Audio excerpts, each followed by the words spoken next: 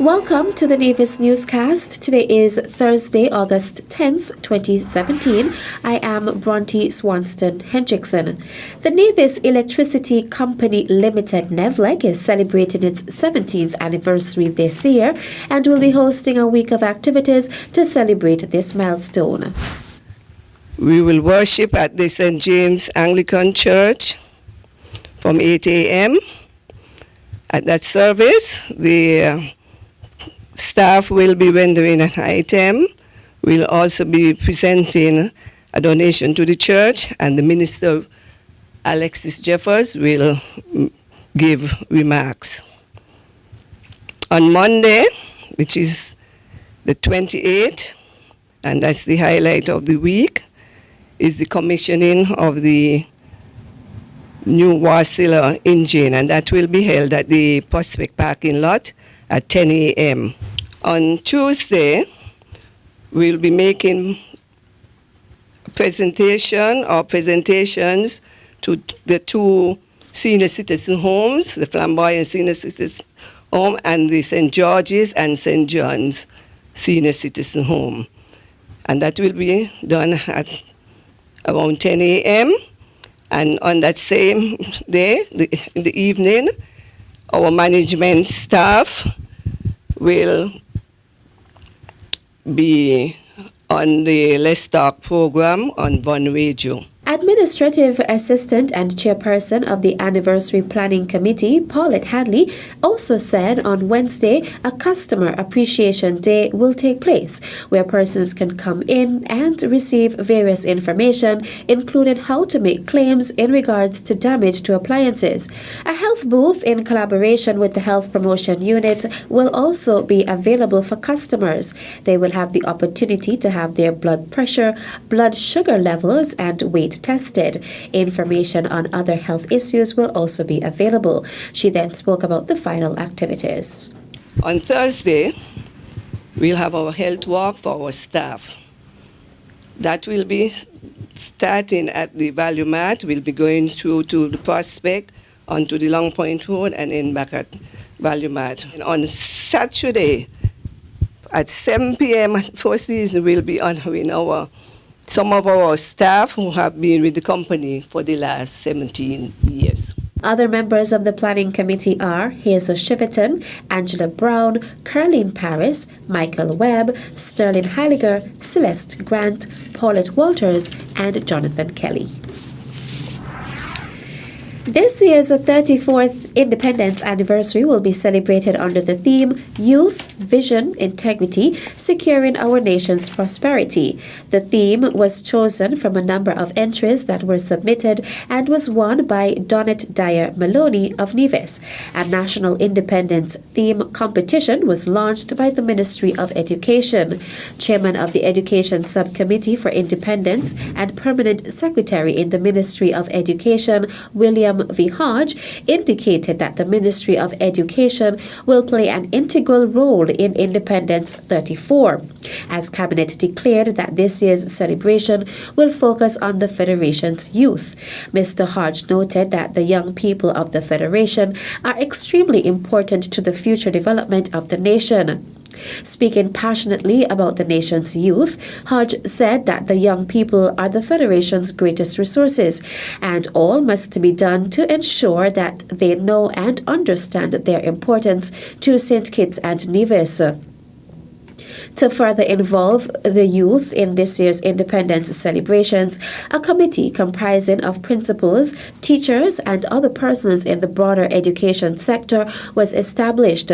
In addition to the usual patriotic programs in schools, a number of other activities, including a night of music, drama, poetry, and elocution, dance, choir, and a school beautification competition, are planned to capture the interest of the young people.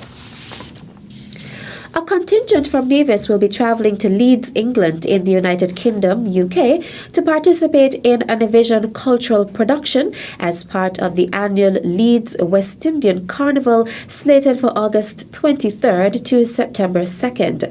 The purpose of the trip is to educate and showcase the Nevision culture to the cultural revelers and to officially recognise the founder of the carnival, Arthur France, who is of Nevisian descent. Communications Officer in the Ministry of Tourism, Sheila James, highlighted France's contribution to Carnival in England.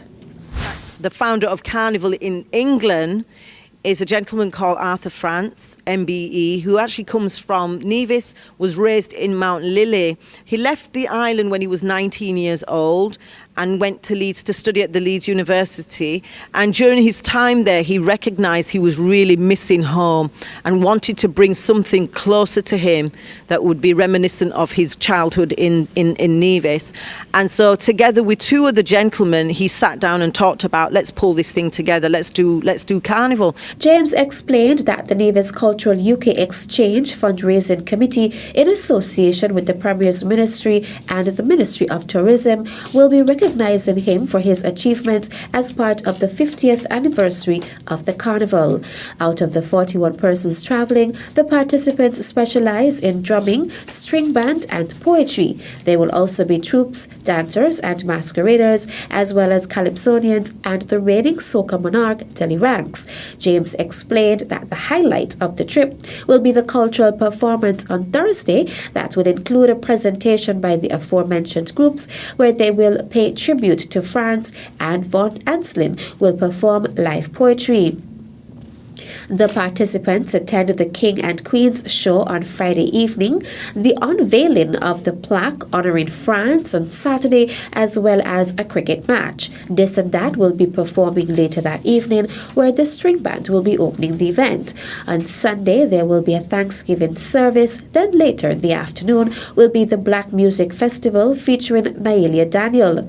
In the evening, Delly Ranks and X-Men will be featured as part of the Soca Village, performing with the Small Axe Band. Monday will be dedicated to Juve. Later that afternoon is the parade, and in the evening is Last Lap. On Tuesday, there will be a cocktail for the delegates and the Premier of Nevis, Honourable Vance Amory, which will be hosted by the Lord Mayor of Leeds. On Wednesday is a tour of Leeds and West Yorkshire, and the activities conclude on Thursday with the cultural production. The activities will also include a 3-day exhibition to celebrate Nevisian heritage through local art by Von Anslin, commencing on Tuesday and ending Thursday evening. Still to come, the Nevis Public Library launches annual environmental summer program. The details when we return.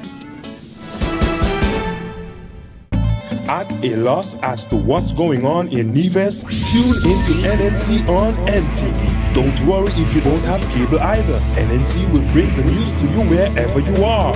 Facebook and Facebook Live. YouTube and YouTube Live. NevisTVOnline.com. Roku app, NTV mobile app, Smart TV, Apple TV, and any other IPTV platforms. When me ANC and you ANC, NNC.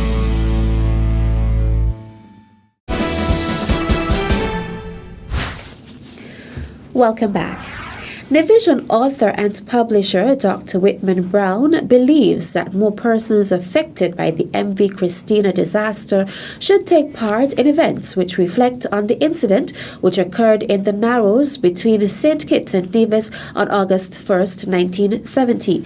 Dr. Brown, who resides in the United States Virgin Islands, was at the time attending a memorial service hosted by the Nevis Island Administration on August 1st, 2017 at the Hamilton Museum grounds to commemorate the 47th anniversary. 300 persons were on board, some 200 perished, and about 90 survived. I'm glad that people are still coming together to reflect on it. I just think that it will be a very good thing if more people who survived the incident, more people who lost family on the incident can come together when you have special moments like this. He said he was honored to be a part of the memorial service and used the opportunity to collect photographs for a future project. Dr. Brown said he was pleased with the presentation made by Premier of Nevis, Honorable Vance Amory. He described it as one which was reflective of what the Christina incident meant to the people of St. Kitts and Nevis. He noted that the tragedy had positively impacted the relationship between St. Kitts and Nevis, but had caused many persons to migrate. It was a big moment for migration from Nevis. As a matter of fact, I think the population of Nevis sank down to 8,000 at that point after the Christina. But the Christina incident was a high point in that it changed the politics of St. Kitts Nevis, and the Nevisians stood up and stood out. St. Kitts and Nevis came together in 1883, and Nevisians lost their legislature.